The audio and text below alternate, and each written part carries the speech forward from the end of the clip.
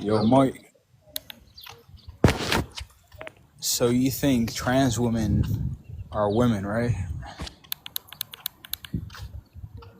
Hello? Yes. So you think a trans woman should be able to use the women's bathroom, right? Yes. They can already. I know, but you don't think that shit is weird? Well, no, I think it's only weird to you because you don't understand them. Uh, in your But mind, you so you're probably think saying a man with a penis, a grown man with a penis can go into the same bathroom as a little girl, and yes. that's okay with you? Well, first of all, they're not men, right? They're women. They're men, bro. But They're yes, males. you can say they have genitals of that of a male. But okay, congratulations. That doesn't change anything. That doesn't mean they're going to do something bad, right? But like, you don't think that shit is weird just like within itself? Why is it weird? What do you mean? Why is it weird? A grown ass man or a grown ass male going Look, into a female's look, bathroom? you're just trying to like make it seem bad. You're not It's showing why reality, it's though. bad, why it's wrong, why it's immoral, why is it impossible, What do you mean? Why is it impossible? why is it wrong. Because it shouldn't. Because a grown man shouldn't be in a woman's Well, bathroom. why is that wrong? Why shouldn't that be the case that we have trans women in women's bathrooms? Why not? Because they have penises. Okay, and why is it wrong to have somebody with a penis in a woman's restroom? Okay, let me ask you this: why do they have different bathrooms for females and males? Why don't they just all go in Because one that's bathroom? how it's been going on for the past few centuries. But there Right, are but other why? Hold on. There are restrooms that don't have they're not gendered. Right, but those are Okay. like you can't go in at the same time. You know what I mean? Yes, you can. No, you can't. You can't be in the same bathroom as a Well, female if you're a male. first of all, those bathrooms do exist, but second of all, it's already the case that trans women are going into women's restrooms and nothing bad is happening inherently. There's nothing about that in principle But that is it's wrong. just you don't think that shit like it's just weird. You don't Look, think it's weird? do you even know what a trans woman means? Yeah, it means a man pretending to be a female. No. So you don't even know what transgender means, right? Yeah, a guy pretending to be a girl. No. So what it means to be transgender is, see, I was born with a man brain. That's just how I think as a man. I identify as a man. A trans woman might be born with my type of body, a male body, but they have a woman brain, right? And so that's all that's happening.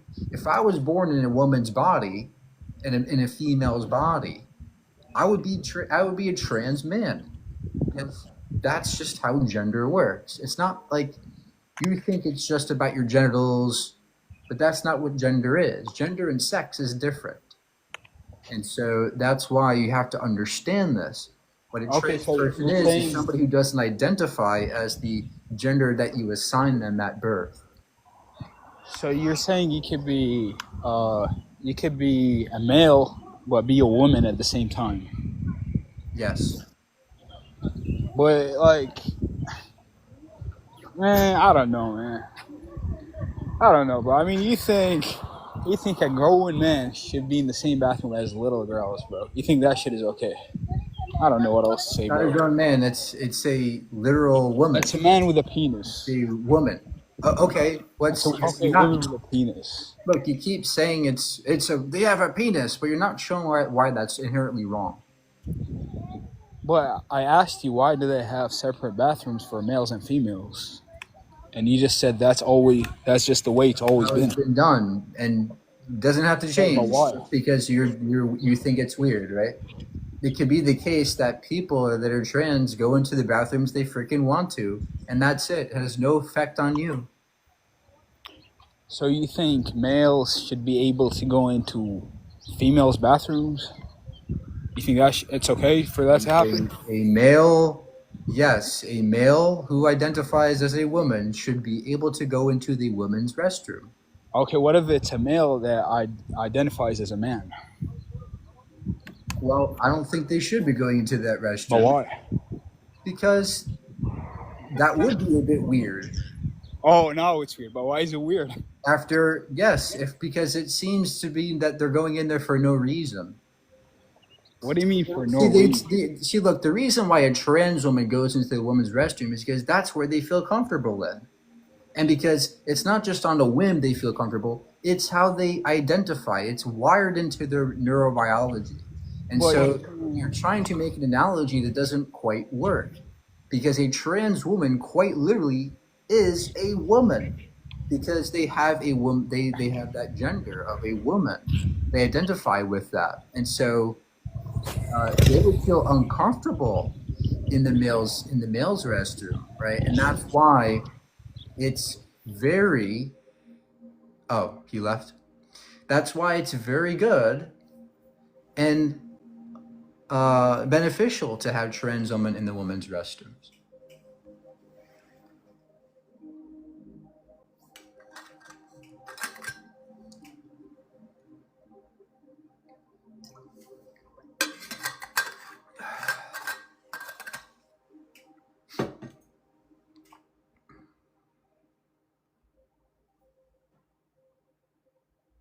Why are we debating about this? Well, it's because a lot of people on the right just think this is a losing idea for the left, right? And they use it as a way to go, you think that trans women are a woman? That's crazy. But we never talk about why, and we never talk about the reasons.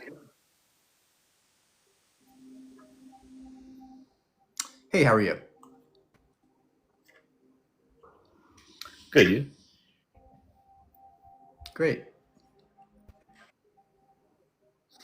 Wait, what is it? Yeah, what's your what do you want to debate about? Oh, the trans women are women. That one. Okay. So what makes you think they're women? Just because they identify that they're That's women. their gender identity.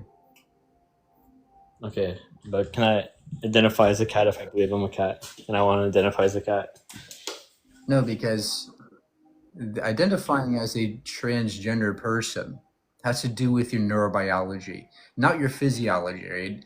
A cat is an entirely different species. You can't identify as a cat because it's not a identification, right? So making that analogy fails. But in the case of somebody who is transgender, they can identify that as that because identification comes ultimately from our neurobiology. And so just as I identify as a man, a trans woman identifies as a woman, even though they have the same physiology maybe as me, right? Yeah, but just because you wanna play makeup and stuff doesn't mean like you're an actual woman. Like I'm Oh, sorry well, to say, you they're still not have you just still have playing. male Yeah. parts. You're still So born a man. that's a good question. Why does it seem like they're pretending? Well, it's because that they really actually believe that they are a woman, and that's because of the way the brain is. Just like I think I'm a man. You can't tell me otherwise. I was born with my brain and with my thoughts, and that's just how I think. And the same with the trans woman. Now it's not typical, right? Typically, there is no incongruence between gender and sex, but in the case of trans women, they do have this incongruence. However, at the same time, they still really do believe it. They still Okay, because okay, it's because wired into their brains, just like it's wired in my brain to be a man. okay, but because they believe that there's something, does that really make it them? Like But it's not. like I really believe. This is another good question, right? I Is know, it but like I just really believe I want to be a cat. hold on, Gabe, hold on. You're raising good points, right? Yeah. It seems like they just believe it, right? But it's not just a belief like I believe, the sky is red today. It is integrated in their brain circuitry. It's not just that they believe in a surface level way. They truly, really believe, just like I really, truly believe I'm a man, because it's wired into my brain, and the brain is what's responsible for the way we think. Yeah, And but that's why, it's not the same as just saying, oh, they just believe they one day they just woke up and thought they are a woman. That's not how this works. don't you think it's like a mental illness? There's nothing ill about being trans. It doesn't harm them. It doesn't harm anybody. That doesn't affect their life. Now, there is a side effect when you incorporate people that are trans into modern society, where a lot of people call them names and completely disregard them. Yes, there's something called gender dysphoria that can emerge. They don't feel like they fit in their bodies. And however, this doesn't affect every single trans person, but it's psychologically an effect that comes from this. And just like it's anxiety, right? Just like people might have anxiety that are not transgender about their bodies. So there's What do you nothing, mean? there's What do you no, mean? it might be considered a mental disorder to have anxiety, but that doesn't mean it's just necessarily negative. Yeah, but gender dysphoria is pretty much when someone doesn't believe that their gender aligns with what they were born with. Yeah. So if that's the case, then that goes towards every like trans person, and that pretty much. No, it doesn't. It's not just the belief that there's an incongruence. It's also the anxiety that comes with it, right? That deep feeling that there's something wrong here, right? That not every trans person necessarily experiences that, but some do. It just like some person, like you or me, could experience anxiety. It's that simple, right? It's not like So you're saying there's something anxiety? bad about them. So is anxiety like a mental disorder or something? Yeah, anxiety can be considered a mental disorder. But I'm sure everyone has anxiety. So Yeah, so you're saying everyone has. there could always be some kind of disorder in our minds, right? I could think that there's something wrong. Trump got elected. Oh, that's terrible. Kamala got elected. That's a disorder to me, right? It's very subjective. But ultimately, my point is that there is nothing inherently wrong or negative about somebody being trans or experiencing gender dysphoria. I mean, I personally believe um, that gender dysphoria lies with all trans people, and I feel like normalizing it and making it seem like it's a good thing to become trans, I feel like it's totally wrong, especially for like the new generation of kids that are coming and watching all these like shows and stuff that tell them like it's okay to be trans. So like these kids then go on to believe that it's okay to be trans. Yeah, So and what's wrong with that? What's wrong with believing it's okay to yes, be who you are? you just because you're living like you gotta know where you're living. Like you're born a man, you're born a man. Like you can't change it. Yeah, just like a trans woman is born a woman. See, I know, but a it trans doesn't come from your genitals. See, you keep thinking that there's no distinction between sex and gender. You have to recognize that there's a psychological aspect to your gender. And so a transgender woman was always born a woman because they were born with that brain phenotype. See? So somebody who's trans is born that way. You're born trans, just like I was born cisgender, right? But you keep forgetting that there's the sex and gender distinction. well, if they're born that way, then I feel like they have a that they have some kind of illness that's telling them that they're not the right gender.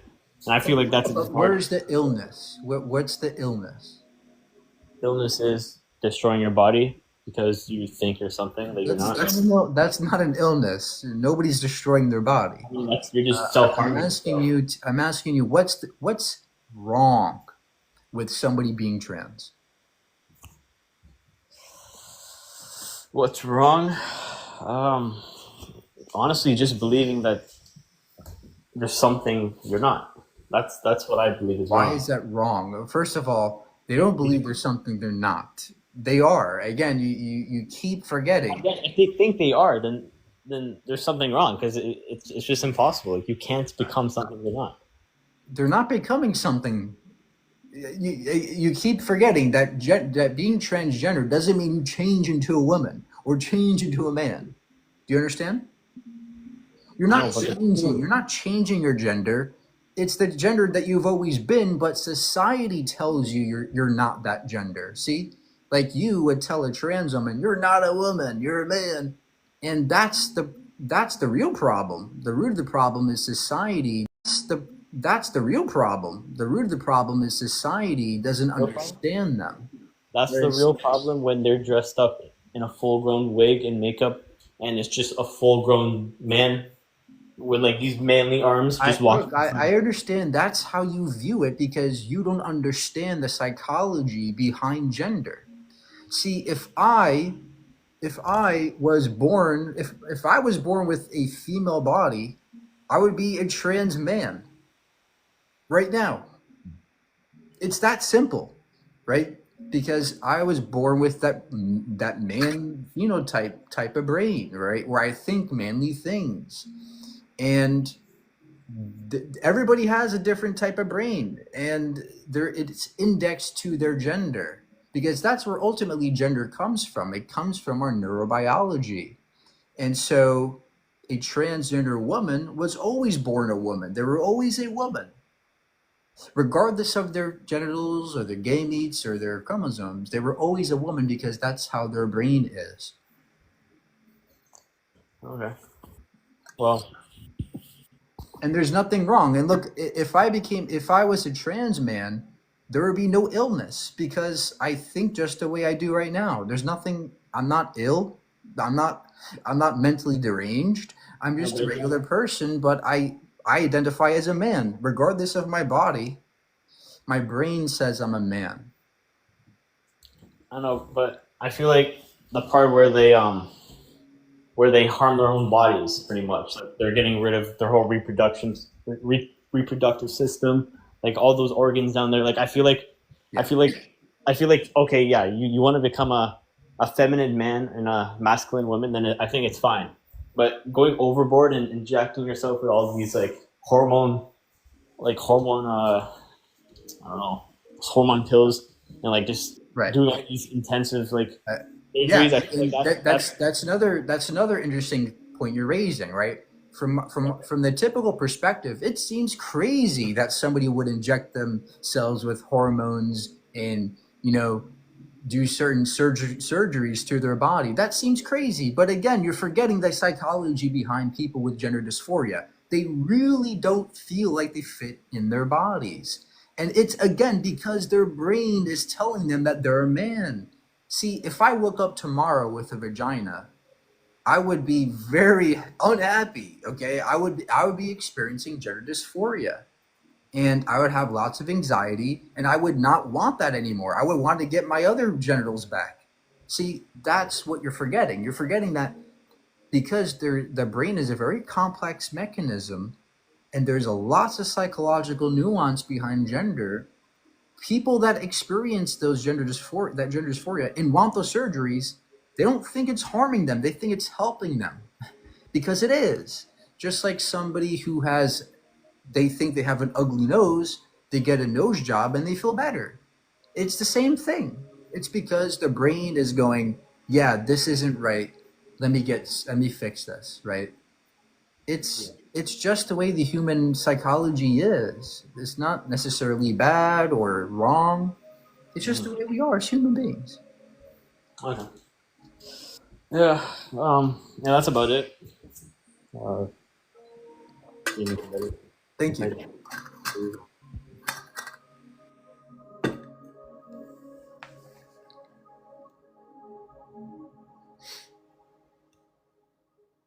All right, let's get the next person. Hello? Hey, how are you? All right, how are you? Great. All right, so God is imaginary. I don't think that, but I'm not really interested in debating it just because that's kind of a personal subject. You should be vegan. I kind of agree with that, so I'm not going to debate you about that. When you say trans women or women, can you just elaborate a little bit on what exactly you mean by that? Trans women identify as women, and gender identities. A woman is a gender identity. that aligns with female sex typical traits. And so trans women identify with those traits, and hence they are women. Okay.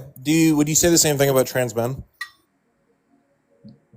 Trans men identify as men because that's their gender identity. Yeah, so I guess I mean, you can probably hear it from my voice. I'm identify as a dude, and I am a dude, so it's easier to address this topic from the perspective of masculinity, just because that's what I'm familiar with, right? So, is the logic that trans men are men the same logic that you would use for trans women or women? Because if I attack that, like I'm trying to answer the trans women thing by talking about trans men, so I just want to make sure that's okay. Yeah, I don't see a difference.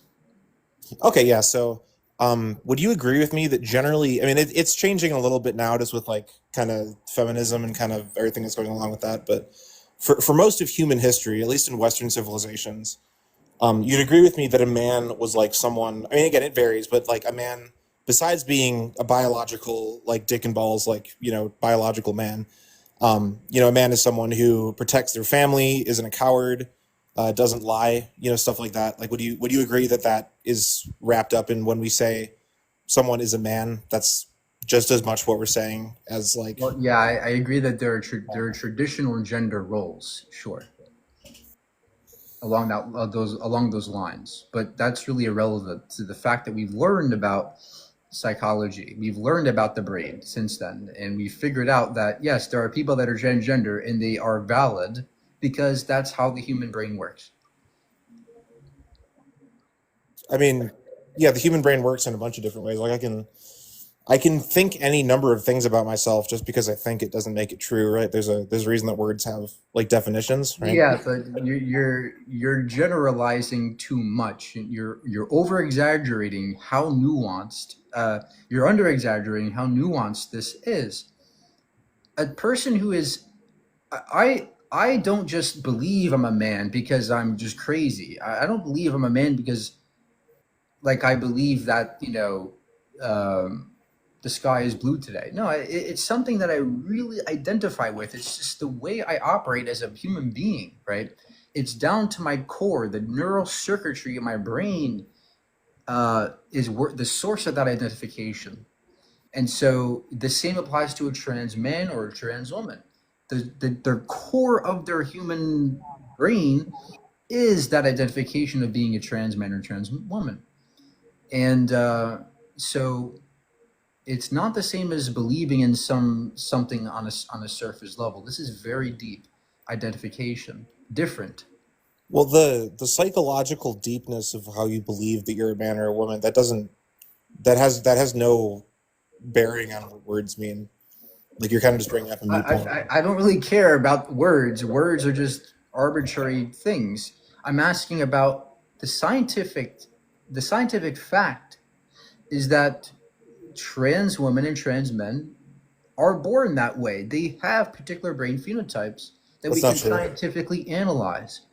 And that's why this indicates that there's something deeper going on. And,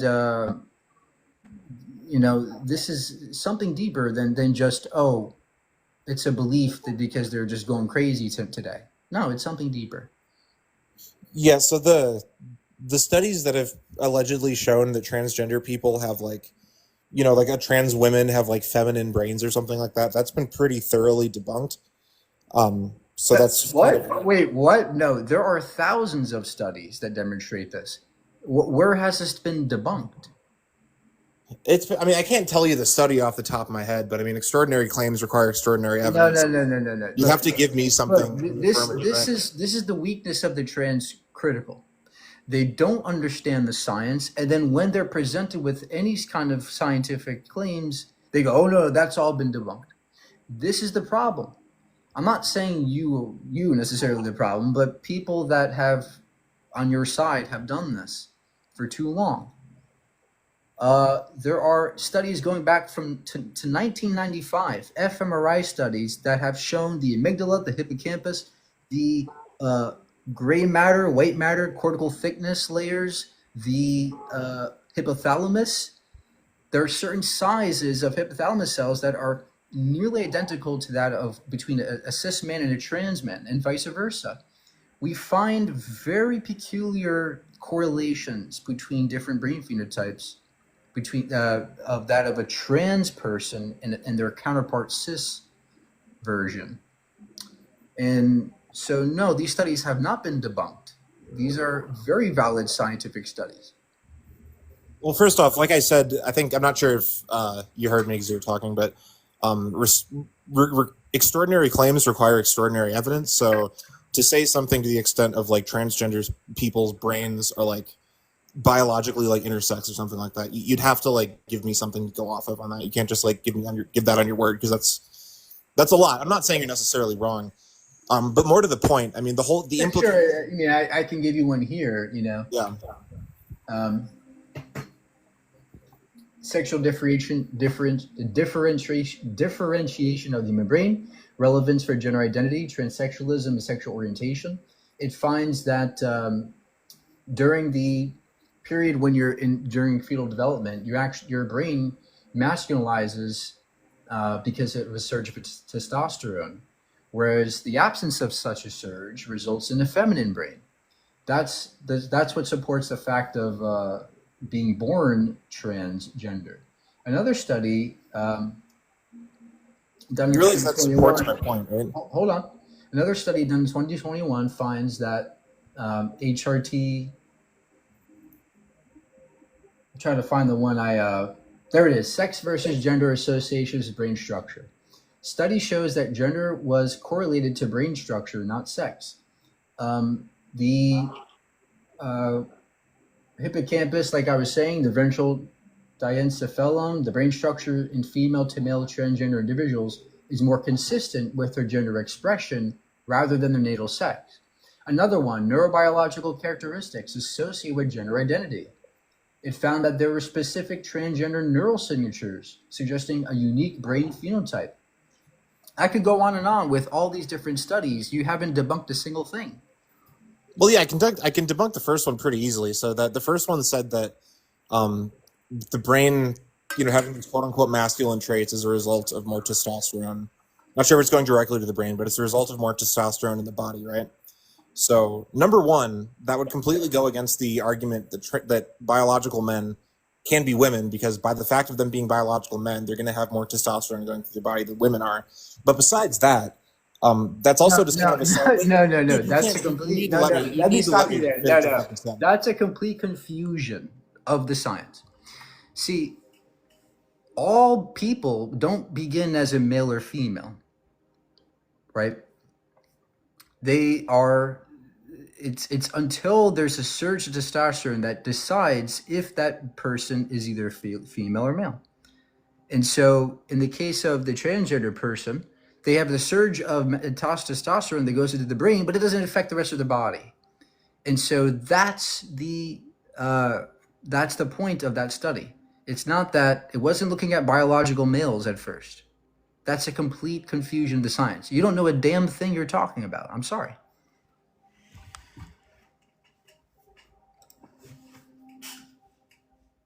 Go ahead. You're muted.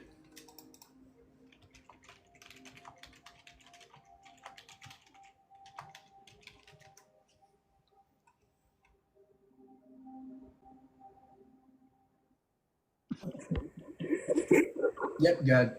Yeah, you muted me. So I was going to say that number two is, if you're talking about transgender people who are undergoing hormone therapy, either in the way of puberty blockers, therefore having less testosterone, or taking testosterone, therefore having more testosterone, it obviously follows that when you are looking at people and correlating their gender identity compared to their sex, compared to their gender identity, obviously there's going to be a very strong correlation. These studies account for that. The studies they don't look at people with HRT. They didn't look at people with HRT hormones. They didn't do that. They looked at people that did not go those surgeries. And so all of those studies did not include any transgender people in them? The ones that the study I mentioned didn't look at people with HRT. They didn't look at people that were affected by artificial hormones, right? These are just typical people, typical fetuses. Okay, so there's two things we can do. Number one, the more boring thing, which I don't really think either of us want to do, but we can if you want to, is go through these studies like empirically and try to like have a like academic conversation about them. We can do that. That's just really boring for everyone watching. So I guess No, I'm guessing, it's, you just don't want to do it because you no, we can recognize do it that if you want that's to where though. your argument fails. Okay. No, if you really want to have an academic argument, you can go ahead and send me the link so we can get started. What I'm saying is that I'm guessing this is probably more of a political discussion. So assuming that you're right, assuming that all of this stuff about transgenderism is true, there's still a very good argument to be made as to why we shouldn't be recognizing transgender women as women. That has nothing to do with the studies that you said. So which one do you want to do? Oh no. The studies do have to do with the fact that trans women are women, because they indicate that there is a psychological fact that unites all women, right? The psychological fact, the brain phenotype of that corresponds to womanhood or manhood and the various other genders. And that's why there's a spectrum of genders, because there is a spectrum of brain phenotypes that correspond to those genders. And this is very important. It's not boring. It's very cool and awesome to recognize the fact of human psychology. So you'd agree with me that gender is a social construct, right? Wow, you didn't listen to a damn thing I told you. Because if that was your conclusion, then you didn't listen at all. Of course, gender is not inherently a social construct. I just explained it's a biological construct, in the neurobiological in particular. And that's why trans women are women, because gender is ultimately biological, just like sex is. It's all biological, but gender refers to the neurobiology. Sex is referring to non-neurobiology. Literally, since the word gender has been being used, it's referred to how, like, the difference between the masculine and the feminine present themselves in society. It has literally never been referring to like neurobiology. Well, guess That's what? We've incredibly learned, racist. baby. We've learned. We're learning about the world around us. Isn't that great? Yes, words change over time. The way we use words change, just like marriage. Back then, it used to be marriage is only between a man and a woman. Now it's changed because we've learned about who people are, that being gay isn't something that disqualifies you from being married. And that's why learning is good. And you to sit there and go, oh, we use this definition. It's the common definition. We've used it for so long. Well, frankly, when people's lives are at stake and when society needs to progress forward and be inclusive, we have to change the way we use words. And that's what makes progress happen. We have to also, accompanying that, educate ourselves about each other. Well, yeah, I would just say that moving forward, moving forward doesn't involve, like, for example, castrating large amounts of people before they turn 18, right? I would say that regardless of any of the stuff you just said, Here we go. Here we go again. Oh, Mike, they're Yeah. they're castrating these babies, these in kids. fact, yeah, Well, I'm sorry, but how many people actually go through those surgeries? I'm not talking about surgeries. Excuse me. How many people you've just mentioned are actually being castrated per year? So castration does not. I couldn't give you a number off the top of my head. It's too fucking many. Yeah. Well, didn't you say that there's thousands? I didn't say thousands. What did you say? I said a lot. I can't give you the exact word. Okay, I didn't so say then you don't know how many, because a Yeah, lot one could is be too many. thousands, a lot could be millions, a lot could be thousands. You don't know what you're talking about, and it's Well, no, one it's is- actually not at all a lot. But that's besides the point. The fact Yeah. of the matter is that you're not understanding why people go through these surgeries, right? Because in your mind, understandably, you see it as a delusion. But the problem is that it's not a delusion, it's the way people think, right? You might think that because I voted for Kamala Harris, I'm a deluded person. But in reality, no. It's just the way my brain operates. And so there's nothing inherently delusional or wrong about having gender affirming surgeries. It's just the fact that people experience this gender dysphoria, which is a real experience. And even if you think it's the delusion, It should be medicated. It should be helped and aided because these people are people like you and me. Just because I want to meet you in the middle somewhere, I'm not trying to get you in a got you right now. I actually want to know your position. Do you think we should be providing gender affirming care to minors in this country? Absolutely. They deserve that right to get health care, access to health care. Now, do I agree that the parent should be there and or that there should be some kind of guidance before they make that decision? Of course. But children understand they're transgender. It's No. not children understand gender dysphoria. Okay? It's Nope. not only exclusive to adults. And so this care should be applied to minors because it's something about being human that needs that care. Yeah, so that's 1 All million humans percent a deserve fallacious that kind argument. of care, So, right? All kids deserve that kind of care.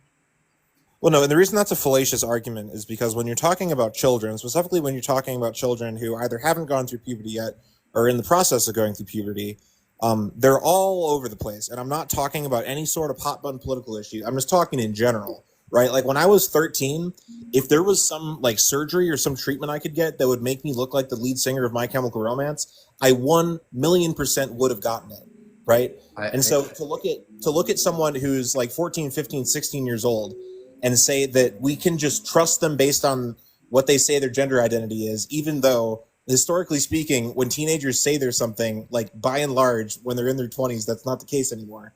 So Yeah, well, that's a and then just let me finish real quick. That's why we don't let children buy alcohol or other intoxicants. That's why we don't let them drive. That's why we don't let them vote.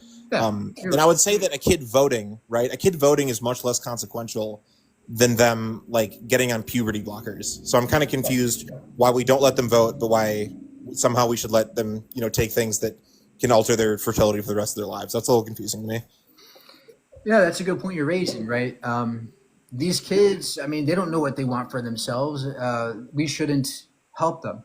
I understand your point there. The problem is that you equating it to something like, oh, I just want to be like the guy from My Chemical Romance. That's completely disanalogous because we obviously understand that somebody looking like My Chemical Romance is not really an identification like it is in the case of somebody with gender dysphoria. Somebody with gender dysphoria really it's embedded in their circuitry of their brain that they really don't feel like the body they're in and they really want it to change. And if it doesn't, they might do something bad to themselves, right? And so this is the kind of seriousness that we're dealing with when it comes to these to people with gender dysphoria. And yes, absolutely, we should be guiding these people. We should be having somebody who's educated and guiding these children, making sure they're making the right decision. Absolutely. But at the same time, we shouldn't just restrict anybody from having these surgeries because they really do save lives and they really are important.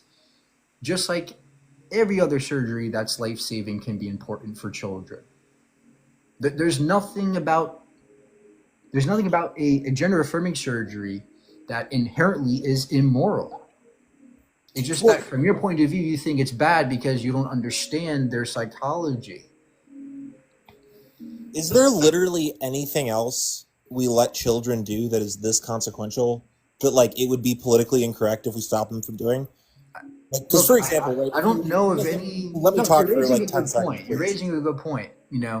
Well, you're not letting me talk. Else that we do that is this dangerous? Well, the problem is that there is no other analogous situation that I can think of that is remotely analogous to gender and how the brain works in regards to gender identities.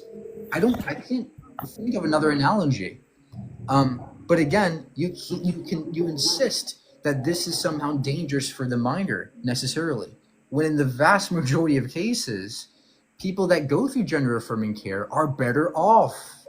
Yes, of course, there's a small percentage of people that end up not being good or well, but that's the case for every surgery. And so, to me, your argument seems unfounded. It seems that it's kind of a phobic way of going, we shouldn't do this. It's not grounded in any facts. The data demonstrates that these surgeries save lives. A newly published research in the Archives of Sexual Behavior tracking 2,772 adolescents into early adulthood said that 11% reported gender non-contentedness at age 11, a figure that decreased with age and fell to 4% by ages 24 to 26. And this is coming from a relatively liberal, relatively politically correct source. So they're saying that there's essentially a 75% chance that someone who is in the process of puberty, who identifies as transgender. Yes. Dude, please let me finish. You can't just keep interrupting me. So there's about a 75% chance that someone who has these feelings of gender non-contentedness is going to outgrow it by the time they're in their 20s. That it is completely irresponsible to give those people surgeries and hormones that are going to possibly infertilize them for the rest of their lives. There's a 75% chance. Okay, let me speak. Let me speak now. That study, assuming it's correct, has no bearing on what I just stated. Because let's say it's 80% of people say, I don't want it anymore. Well, there's still 20% of people who want those surgeries and who are really, incongruent in their gender identity. And so that's the point, that there is going to be always some people who experience the severe cases that need medical attention. And so to say, oh, well, most people don't want them anymore. Well, there's always going to be somebody who does, and that's why they should be protected and should not be restricted from healthcare. But you understand it's incredibly irresponsible for the 80% or 70% or whatever it is of the people who experience gender dysphoria in adolescence and then outgrow it 10 years later. You understand it's incredibly irresponsible, bordering on psychotic, to give those people things that are going to alter them and possibly disfigure them for the rest of their lives. Just because the other 20% might actually have gender dysphoria, right? Most of the care that is given to children is not life-altering. Most of it is not that all life-altering. Yeah. But more importantly, I agree before that these children should be guided properly, and they should be given the understanding of what they're doing and the gravity of their choice they're making. And so with all that in mind, how could you possibly be against giving medical care to children who, if they don't get it, are going to be worse off and perhaps dead? See, that's what's at stake here, people's lives. And gender affirming care, having society affirm genders, helps the world. It makes it a better place. And that's why we should be doing this. So did you, I just want to get your, did you just say that most of the gender affirming care that we give, medical gender affirming care, excuse me, it's reversible. That's completely not true. Are you talking about hormones? Yeah, most gender affirming care is reversible. That's literally not true. The entire goal of gender affirming care. No, that's not. Can you give a source that demonstrates that most of it is life altering and can never be reversed? I mean, yeah, if you listen to any biological females that have, for any serious length of time, gone on. Dude, can you please let me talk? Please stop interrupting. Do you have a source? Literally look up post hormone. I'm sorry, but if you don't bring sources, if you notice the guest didn't bring a single source to the table, I bring several. In fact, here's another one, which is called Mental Health of Transgender Children Who Are Supported in Their Identities, and it shows that it saves lives, right? Guys, I understand this is a touchy topic, and we're learning more about it day by day. That's the beauty of this. We can learn, we can listen to the science, we can listen to the data instead of being so anti-change, anti-progress. Let's learn. Let's listen to what these people are saying. Let's listen to them. Let's understand them. That's really all I'm advocating for. I think the world would be a better place if we just simply listened instead of going, that's bad, that's wrong, we should stop it.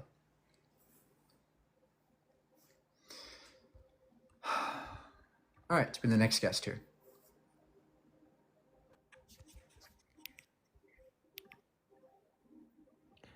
Hello, Yep. can you hear me? Yes. You should be a vegan. Why? Good question. I'm a vegan for the same reason. I don't murder people because I care about others and I consider them morally. And because I see a pig or a cow and a chicken and I realize that they're sentient, they're conscious, and the same way a person is, that's ultimately what I care about. I care about your value as a conscious, sentient being. That's why I don't harm others and exploit them. And that's why I'm vegan. Right, I understand, but I mean, when you kill an animal such as a pig or a chicken, it's a quick death. They don't feel anything, don't they? There's a specialized gun for them, right? It goes into the brain. Well, yeah, it is the case that in a significant portion of these deaths, a lot of the animals don't feel anything. But there's also a tremendous amount of animals that do feel things when they're going through these factory farms. But also, more importantly than that, it's not just them feeling the pain of dying. It's also the fact that they go through years of exploitation. Think about the amount of chickens that are stuffed in factories all their lives and they never see daylight ever. And they peck at each other all the time and their beaks have to be cut and their teeth have to be ripped out so they don't eat each other in these cages. I mean, they're cramped up and they go through torture in these factories by the billions. And so the amount of suffering we're causing is extreme versus the amount of utility we're getting from these animals' flesh. We don't need to eat meat, and that's why causing excess harm is not good. It's immoral. And we would never say this about a person, right? Oh, if I murder this person, well, then if I do it quickly, they're not going to feel anything. But you're still taking away their life. You're still depriving them of that life that they deserve. And that's the same with the animals. I understand. I disagree with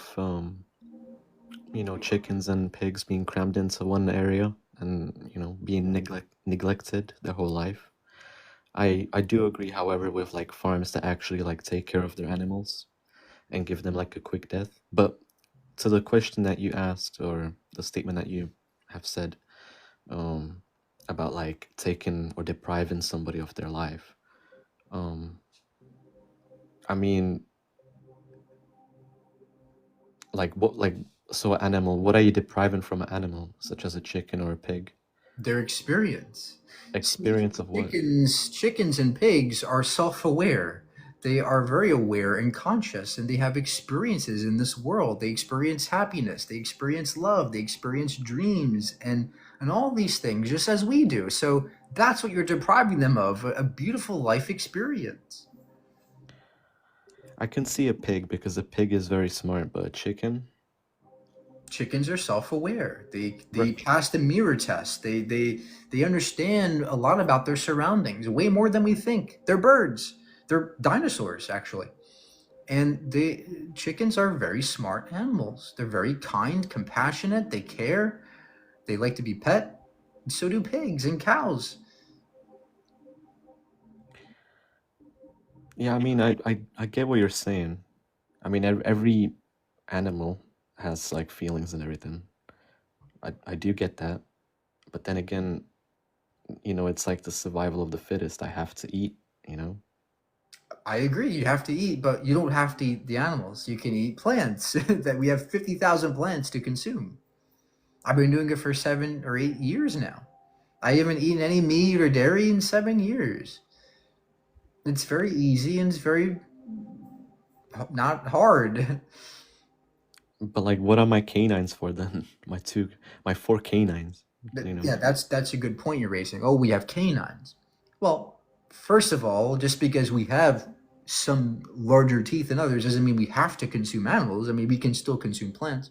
And canines are actually useful for hard and tough fruits and vegetables. But also look at gorillas. Gorillas have way larger canines than we, but they're still herbivorous. They still don't consume any meat at all.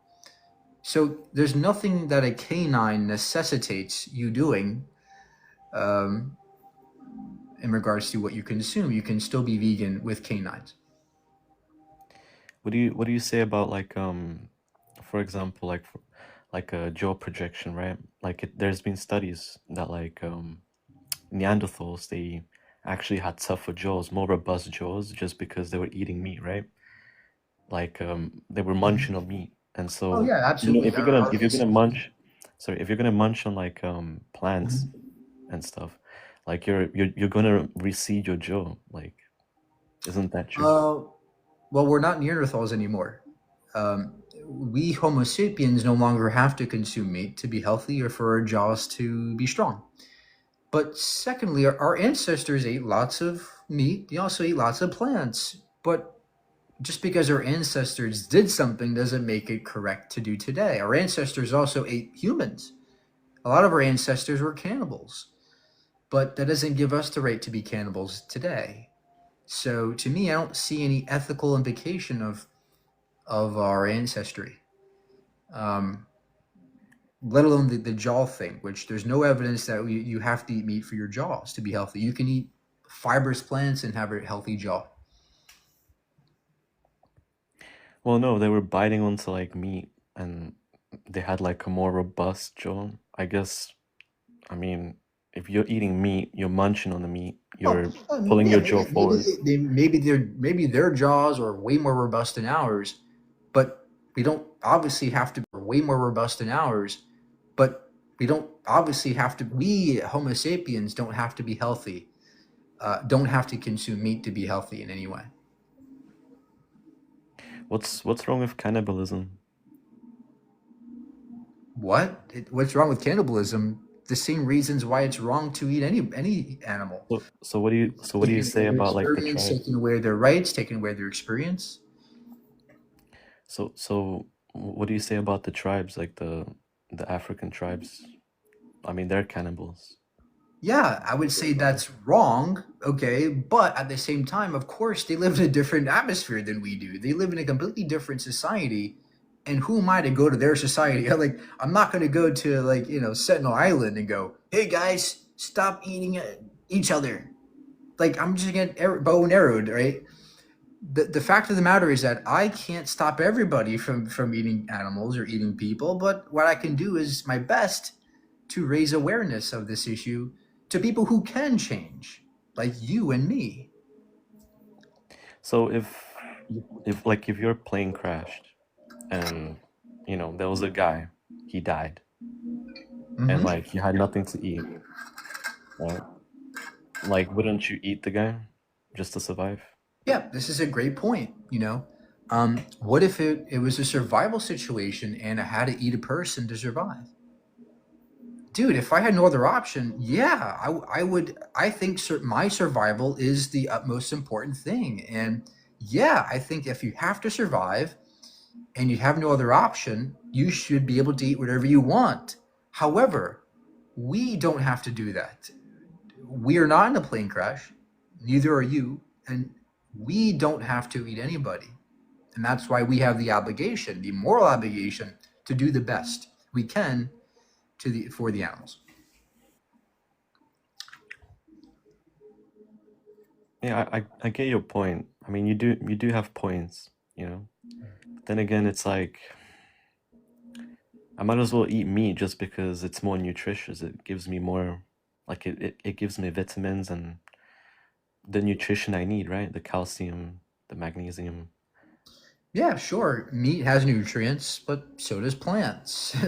Plants have plenty of nutrients. People underestimate how many nutrients plants have. Spinach, lettuce, rice, beans are very nutrient dense. They have lots of antioxidants, vitamins, minerals. I mean, they're very healthy for you.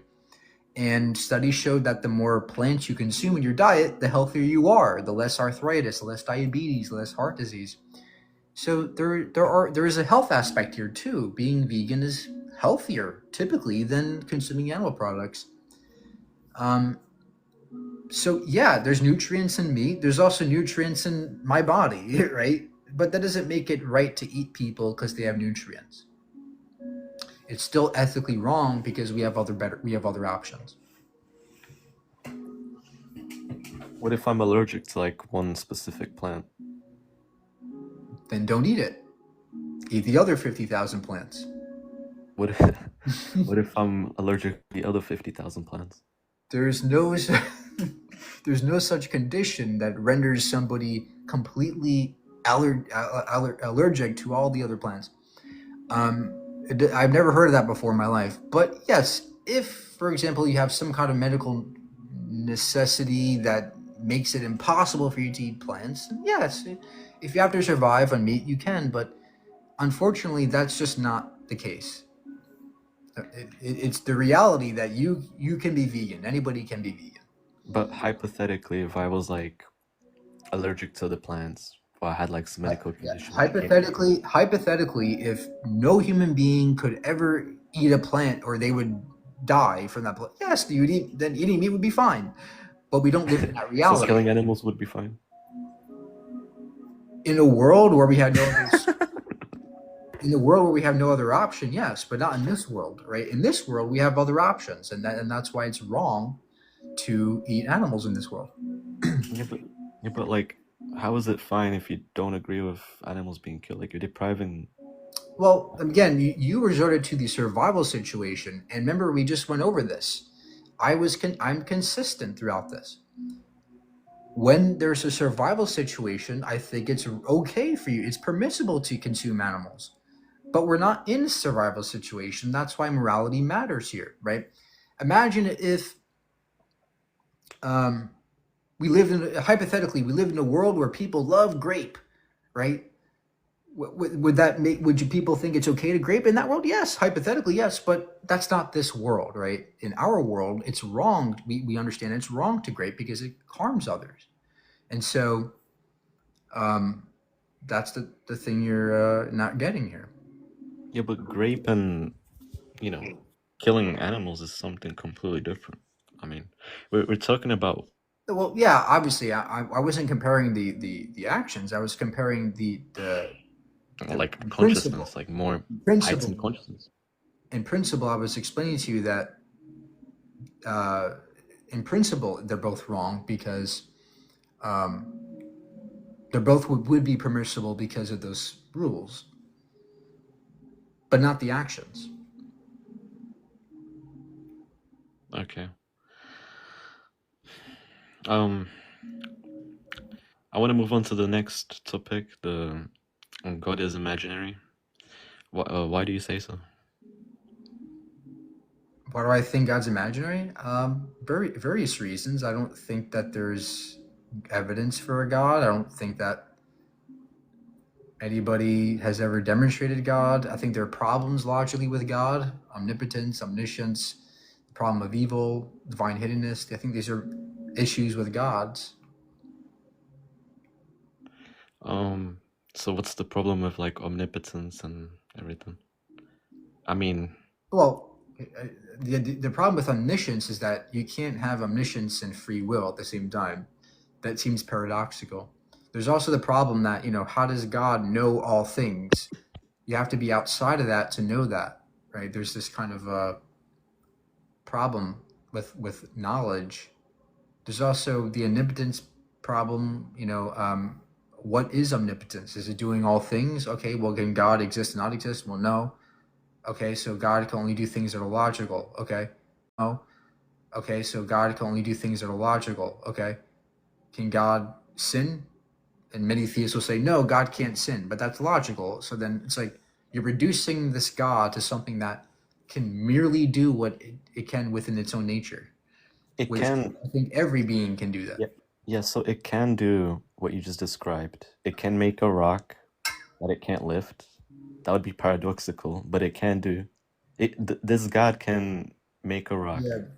Yeah, that's where you lost me. I don't think that logical paradoxes can be true. Yeah, but he wouldn't do it because he's logical. He wouldn't do it? Yeah, he wouldn't do it, but he has the ability to do it. Yeah, I don't think you can have the ability to do something that's impossible.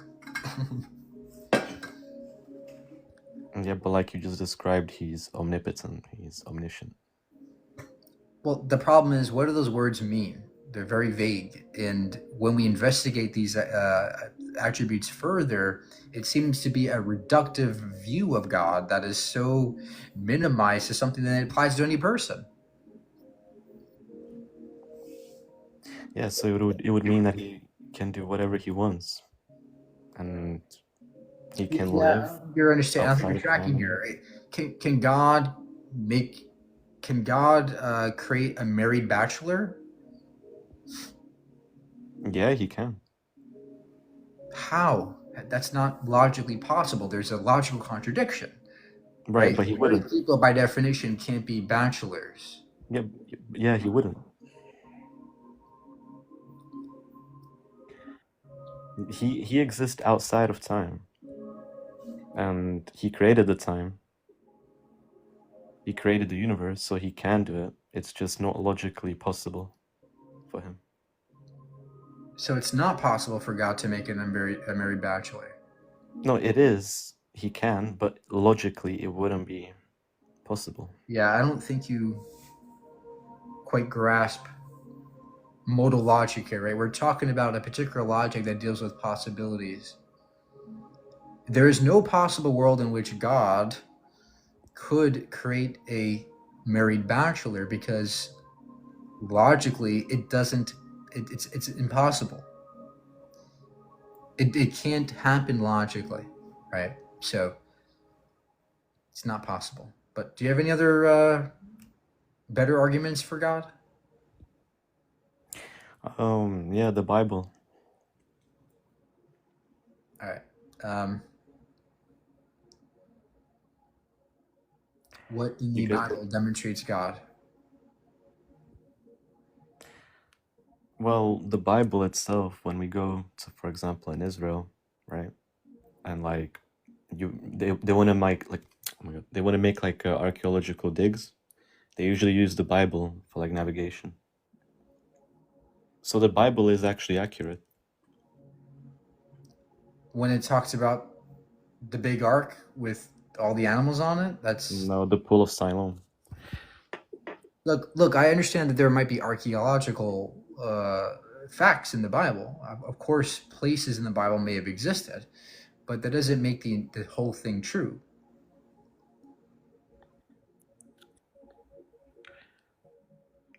Yeah, you got a point, but like at least we know that some parts of the Bible are accurate, you know?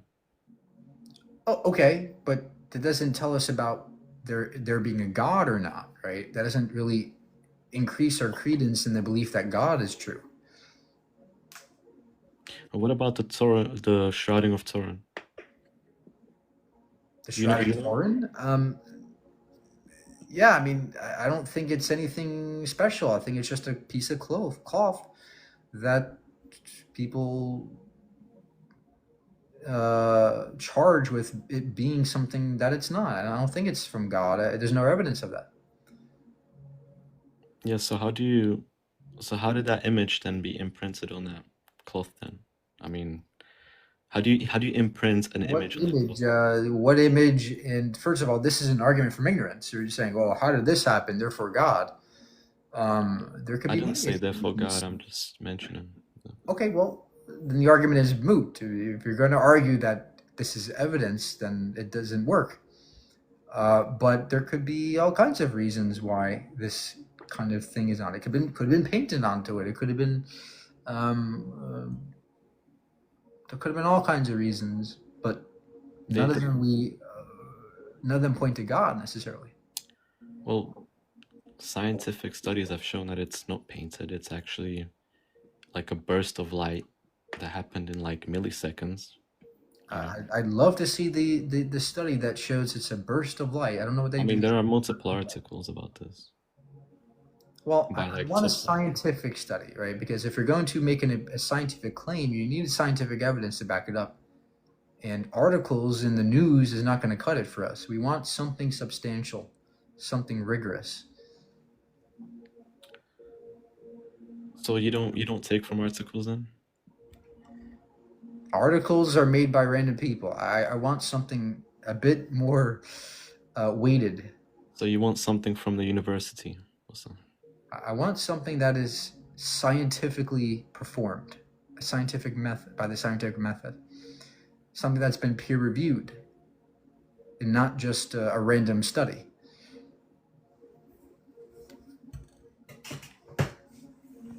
Yeah, well, I can't really prove to you that God does really exist. Nobody can, you know.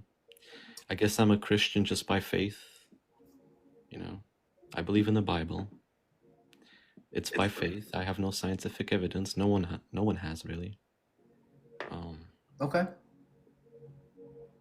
But Yeah, that's fine to admit that, but think of what you've just conceded. You've just conceded that you blindly believe in something with no evidence. And well, no, I said it's faith. That's what faith is. I just believe in it. yeah, and look, today we have kind of the word faith is has a positive connotation to it. That it's good to have faith. That it's something to cherish and prize. The problem is that faith can be distorted. It can be manipulative, and it could force people to do dumb, silly things that they wouldn't have otherwise done if they didn't have that faith. And so, faith can be a bad thing sometimes, and especially in today's modern world, where people make decisions based on their faith in government. I mean, look at our Secretary of State. We have people suggesting that the Bible is the only true book. We have people proclaiming that they're going to destroy Israel because the Bible says it, destroy Iran because the Bible says to do it. We live in a society that now depends on critical thought more and more, and less faithful thoughts. And we ought to be careful before we have faith in something. Yeah, no, it's like faith has impacted me like positively in my life, I guess. And it does affect a lot of people positively, but then I guess you have like certain people who just have a negative experience with faith, and I would say that it's more people affected positively than negatively when they are believing in something. I would say that you definitely can be happy because of your faith, but you got to be careful not to attribute God for that feeling, right? A lot of people do that. They'll say, "Well, I feel better having faith in God. That means He's real." No, you got to be careful, because that feeling could just be coming from your own mind. It could just be made up in your brain. So you have to be careful. And furthermore, we don't know if the world would be better off if everybody had your faith. We don't know that. That's not the case necessarily. I would argue opposite. I would say that the world would be better off if we stopped having faith and thought critically more and more. But again, none of us have any. Do you have any other arguments before I kick you off? Yeah, actually, let me get the next person. But thanks for coming up. I really got to move on. He was a kind person.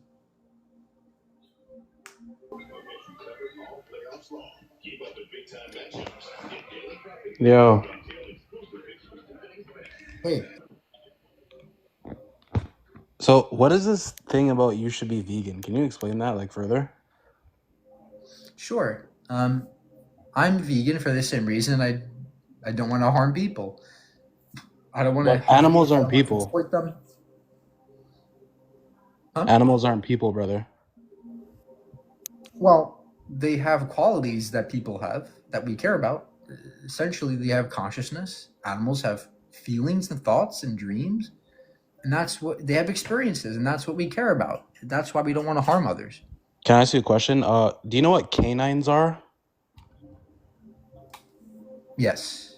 What are canines for the live, so they can understand too? They're a particular tooth type at the side of our mouths. Right. So what is it meant for? It's meant for eating food. Come on, brother. Why are you smiling? Because you know you're telling a lie. What lie? It's for eating food. Are you going to say that it's necessarily for eating meat? Canines are specifically designed. They're supposed to be a sharper version of your. Most of your teeth are flat, right? They don't have an edge. Your canines have an edge. They're meant for tearing meats specifically, not Oh, fruit. Most fruits but you can chew without teeth. but Berries, for example, bananas. You don't need teeth to chew, eat, or digest any of that. Your canines are meant for eating meat. well, first of all, you can't tear into an animal and bite it. That's why we don't have very sharp canines. That's why we have to use forks and knives to eat our food and cook it first, because we're not animal eaters. We're meant to eat fruits and plants, but more importantly, gorillas have canines, but they're mountain gorillas. They're herbivorous. Why is that the case? How do they have larger canines than we, but they don't eat any meat? They have larger canines because they're larger animals. No, sir. The proportion of canine versus their other teeth are far greater than ours. Our canines extend very lightly beyond our other teeth, but Yeah, but we're canines not go gorillas fastly. though. Gorillas can weigh up to thousands of pounds. We're not gorillas. If humans could weigh 1,000 pounds, we'd have pretty big canines. Well, no, not in proportion. The ratio of size between their canine and the other teeth would be the same, no matter our size.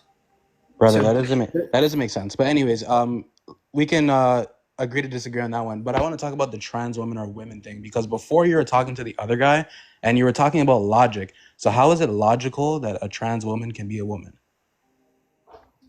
good question. The reason why trans women are women is because a trans woman identifies with the woman category. A woman is a gender identity. And so Oh, a person who sure. identifies as a woman is a woman. Brother, that doesn't make any sense. A woman is a human being, right? That has XX chromosomes. Period. Point blank. End of story. If Okay. you do not have XX chromosomes, you are not a woman. Okay.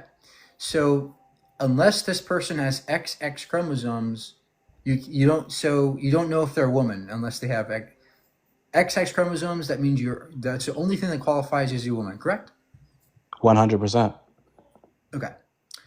Now, 1,000 years ago, did people know what women were?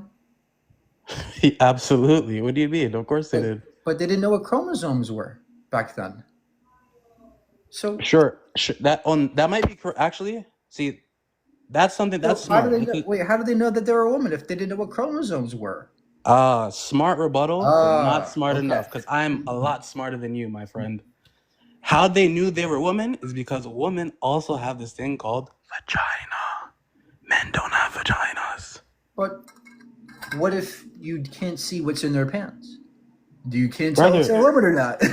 Brother, are you like, that doesn't make sense. That's like me putting a tablecloth over a table and then saying, "Oh, that's not a table," because you can't see the because the tablecloth is covered. Okay. How about this? How about women? That doesn't make any sense. You're trying to argue logic and you're not using logic. Teddy, how about women that are not born with reproductive systems? They still have XX chromosomes, so it still makes them a woman. Well, again, we don't know if they have XX chromosomes. This is 1,000 years ago.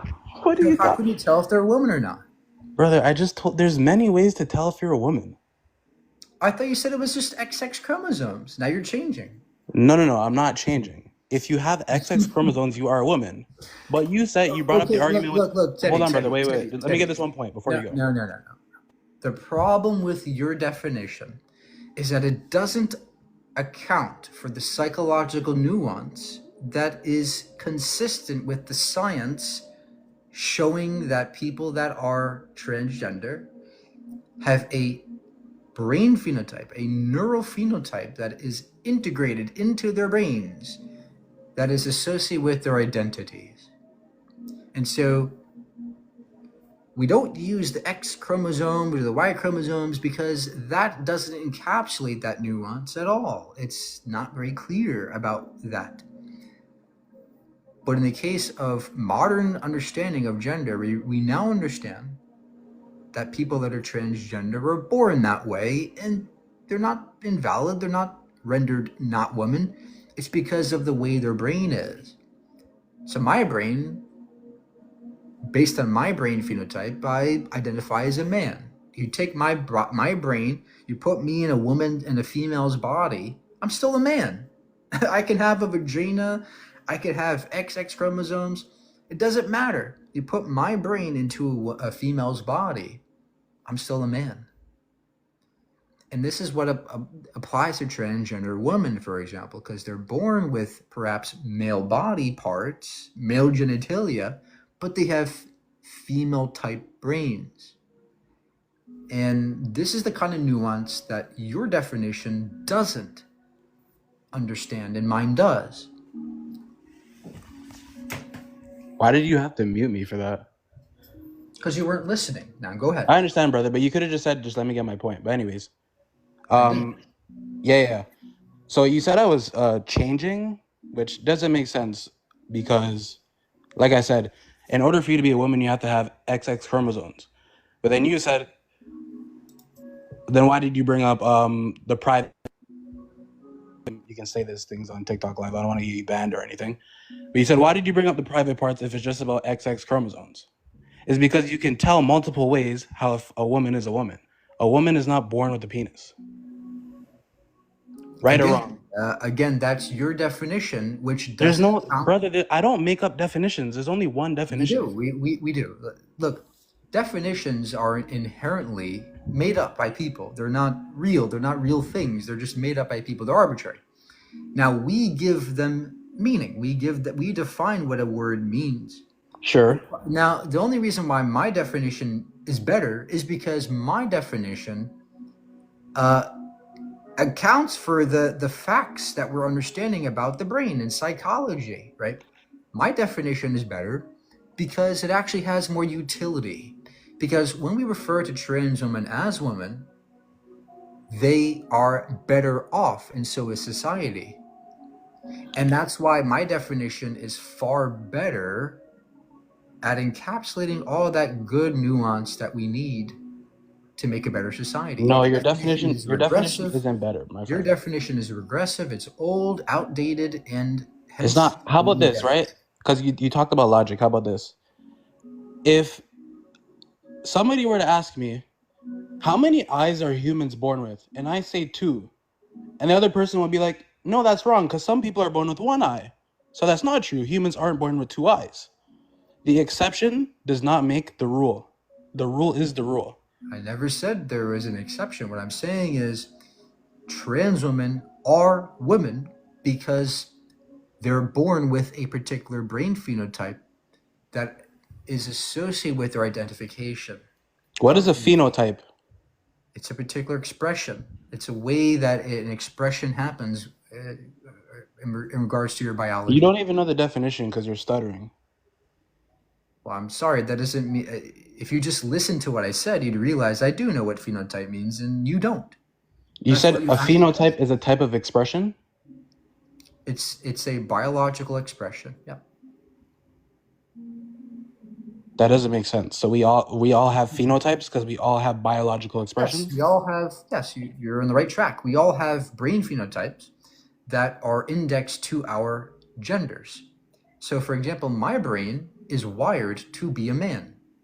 I think like a man, I act like a man, I behave, I have certain idiosyncrasies. Your brain is wired to be a man because you have XY chromosomes. No, it has nothing to do with my chromosomes. Again, this is where you're not understanding. It's a good point.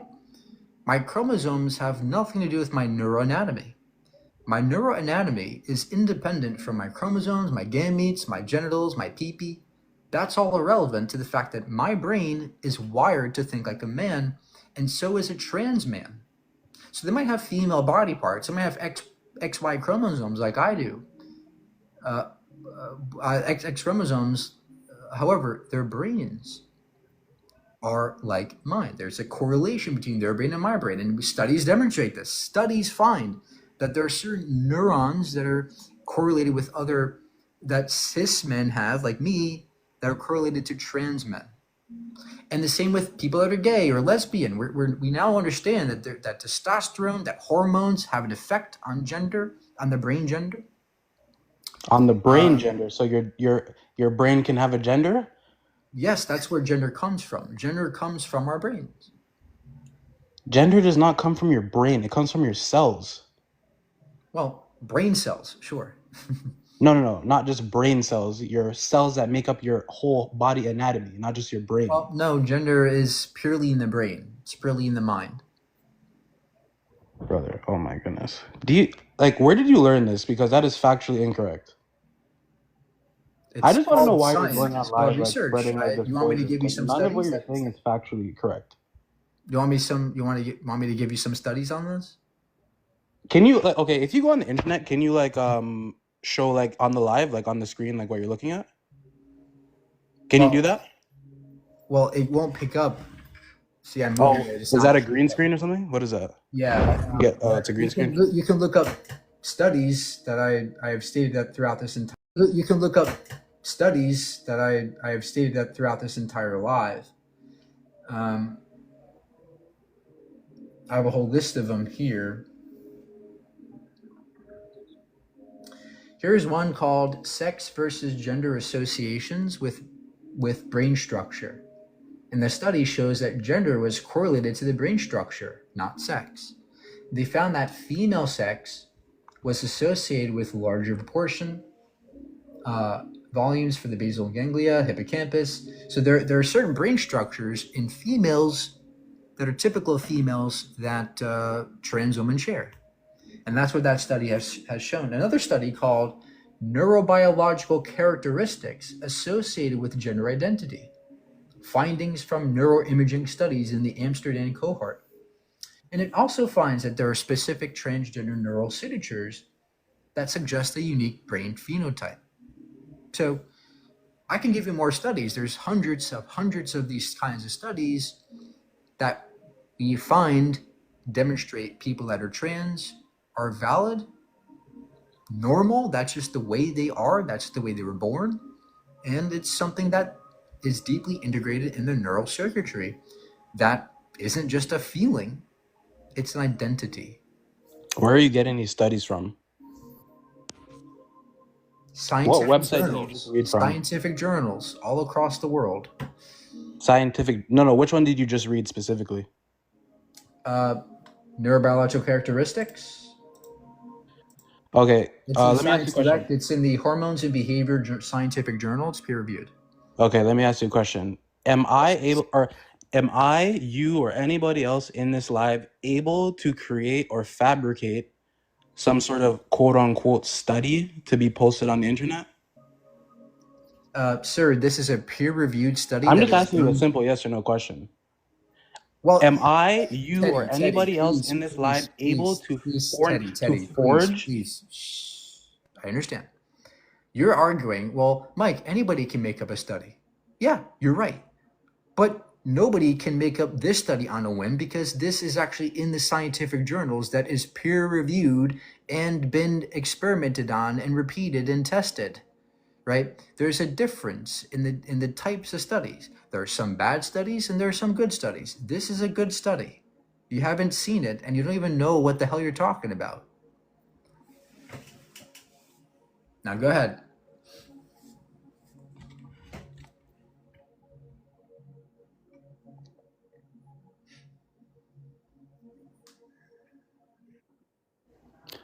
All right.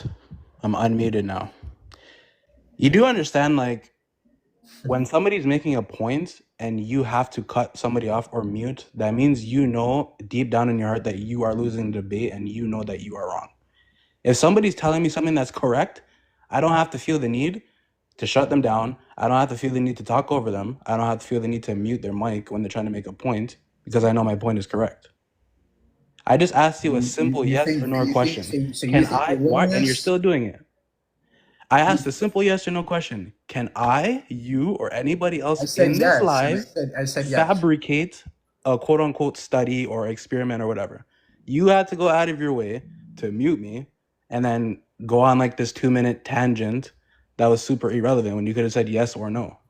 I said the yes. reason why you don't want to say yes or no, because remember, I said no, yes. no, because remember, you argued logic. The reason why you didn't want to say yes, people could do that, is because that defeats your logic. I said yes. I answered you. You muted me. Okay, so respond. I just responded, brother. That wasn't a You criticism. defeated your own logic. You didn't want to answer a yes or no question. How did I defeat my own logic? I asked you if anybody can forge a study. Yes, anybody can forge a study. Therefore, what you're reading could be forged. That's a non sequitur. If you understand logic, that's a non sequitur. Just because a study can be fabricated doesn't mean all studies are. Brother, clearly you don't listen. I said that means what you're reading could be forged. You know what Just the word because- could mean? That means No. possibility. That doesn't mean I didn't say it's every not study was forged. forged. That wouldn't make sense, right? We know it's not forged because this study is peer reviewed in a formal scientific journal called, oh, he ran away.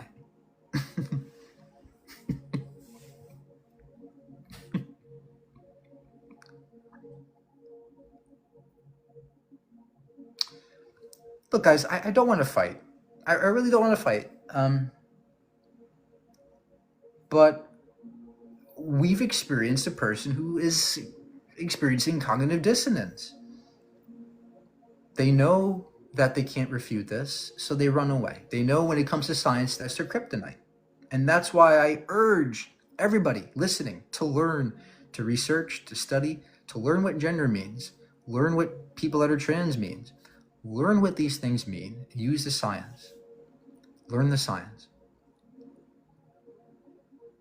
It's out there. The studies are there. I mentioned several studies for you to learn.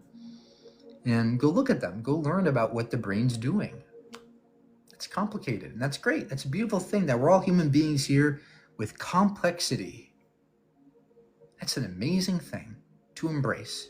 Instead of shunning it away and saying, no, they're invalid because they're trans, let's learn about them. Let's investigate this with an open mind. And let's not be so damn bigoted. That's all it takes.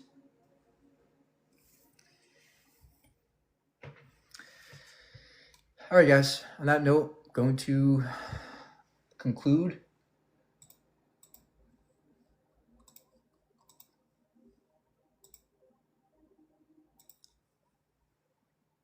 Hope you enjoyed. I think that was great. I think that was a great it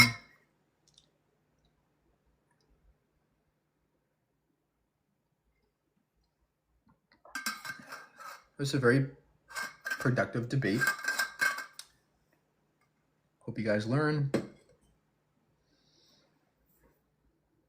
And also try not to just dismiss the other side and say they're transphobic, right? Don't be yourself bigoted or hateful just because somebody else disagrees with you.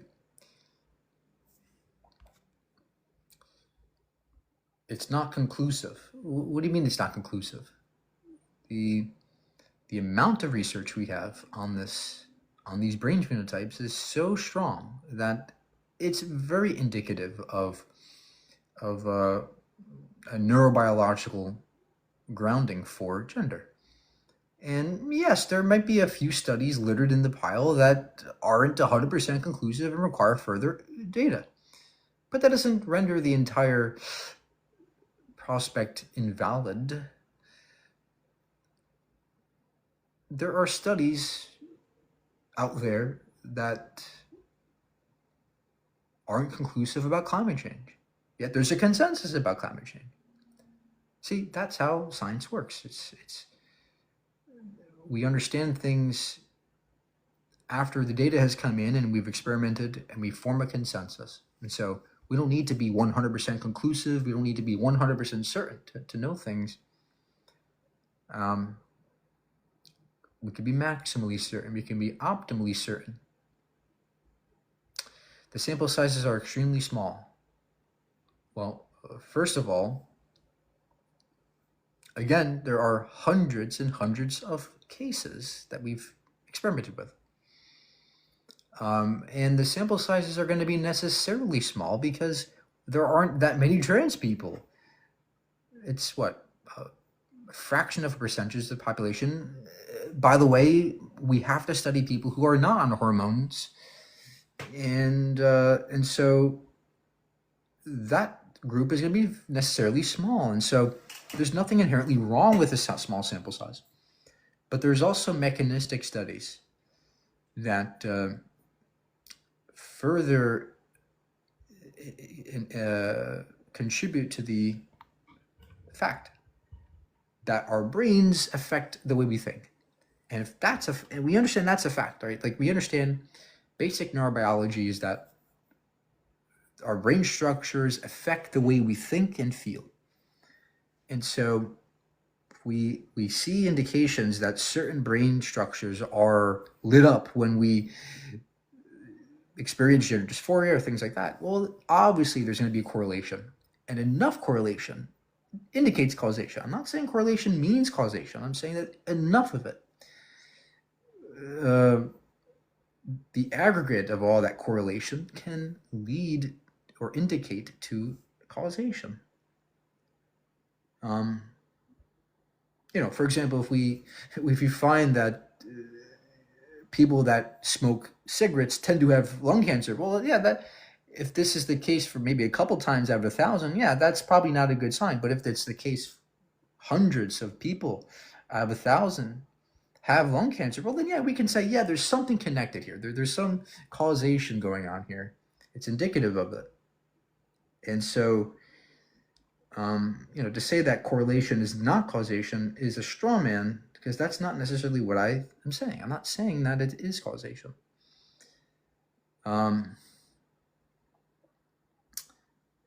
But we don't need causation to the extent you're asking for. There is no one conclusive study out there that makes it a absolute fact that a particular brain structure means you're going to be transgender. But with enough data, comes enough confidence.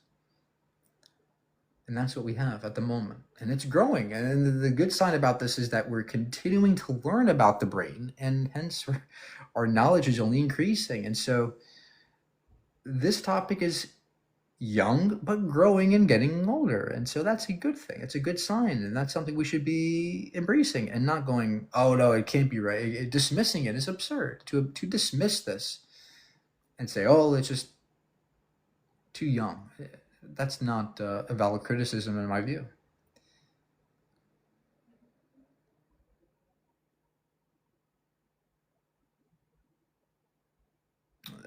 Look, the BSTC is not the only structure that is correlated to gender.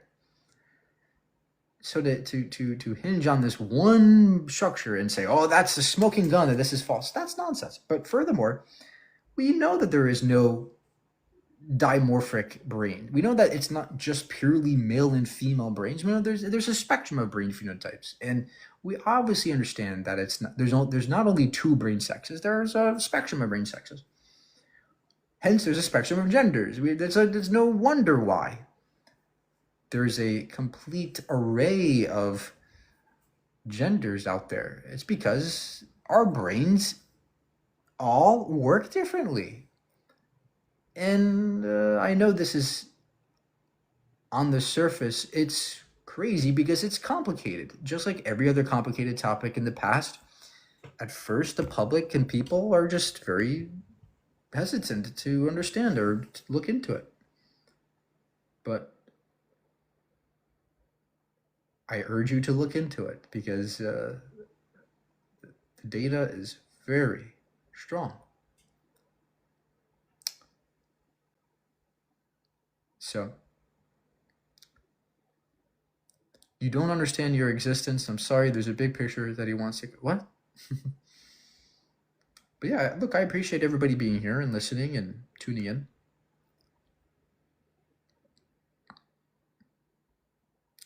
Can you ask a question? Sure, ask a question.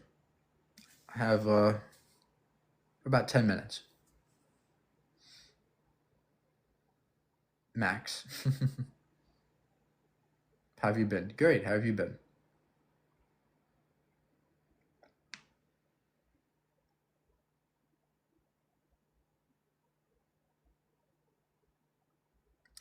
Is vegan the healthier diet in the world? Good question. First of all, veganism is not a diet inherently. There's veganism is a philosophy. It's a way of thinking about. It's a principled way of thinking about others, in particular sentient beings who don't want to be exploited or harmed. And anybody can be vegan if you agree to that principle and practice it to a sufficient degree. Now, is it the best diet to be plant-based? Because that's really what you can separate you can separate the definitions or the wording if you want to, but a plant-based diet has indeed been shown to be very beneficial for health. It's been shown to be very good for your arteries. It prevents the clogging of arteries, the atherosclerosis that develops in your arteries. It has been shown to prevent dementia. It has been shown to prevent arthritis, various inflammatory diseases. It's been shown to also keep your BMI healthy. Look at America. Most Americans are vastly overweight. About 70% of Americans are either overweight or obese. And so when it comes to vegan, plant-based dieters, they typically are not overweight, and they typically are in a healthier BMI range. And that's because of the higher fiber intake, as well as the higher antioxidants, other things that protect against disease.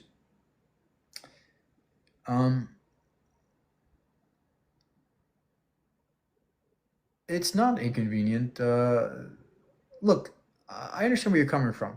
When you're non-vegan and you're looking from the outside in, and you're going, that's a completely different lifestyle. How do I begin? How do I start? It's just too much. That's a very fair sentiment. The problem is that just like every other thing in your life, riding a bicycle, it requires a step to take. It requires you to make that first initial step and look and see how to do it. How do I ride this bicycle without training wheels, right? And just like when you're a kid, you're learning how to do something. It's hard at first, but then over time you learn it. It becomes like muscle memory, and it becomes very easy. In fact, I don't think about veganism anymore. It's just second nature to me, because I've evolved with it. Just like I've evolved riding a bicycle. I don't need my training wheels anymore.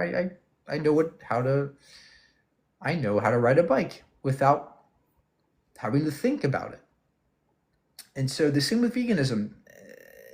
And what also is the case is that many people don't have that motivation to make that first step. And that's the biggest problem here. People don't have that motivation to change. And so my advice to you is to learn about the animals, Don't just look into torture videos, right? That obviously has a powerful impact on people, but we in modern society are very disconnected to animals. In other words, we don't see them as even beings that are. Look at how hesitant we are to call them people or individuals. Oh, that just seems weird. Because we've been conditioned to think that animals are not even sentient. They're just objects. And that couldn't be further from the truth. Animals are very smart. Pigs have higher IQs than dogs. They can be trained better than dogs. Pigs are one of the smartest mammals in the world. They're self-aware, and so are chickens, so are cows. They can experience anxiety, depression, just as we do. And so what gives you that motivation to take that step into veganism is I think the best way to do it is to really learn about who the animals are. Learn that they're not much different from us. Learn that they have very rich experiences as we do. That's what you should be learning. And that is the thing, the very thing that is so hidden from us in modern society. I mean, we don't even talk about how smart animals are. We don't really take it seriously. And that's the inherent problem. The way we view animals, just as people in the past viewed slaves. There were tons of debates 200 years ago, 300 years ago, regarding how we treat black people. Are they 2/3 of a person, or right? Think about that. Just a couple hundred years ago, we were debating that, and yet we've changed. We've evolved from that paradigm, and now we view them just as everybody else. And so the same, I think, is going to happen with animals. We're going to recognize that we have been vastly underestimating their values, their experiences for centuries.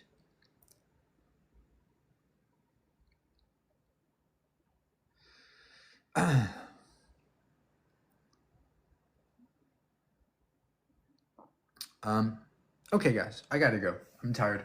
I gotta get to bed. But thanks for watching, listening. Appreciate your comments.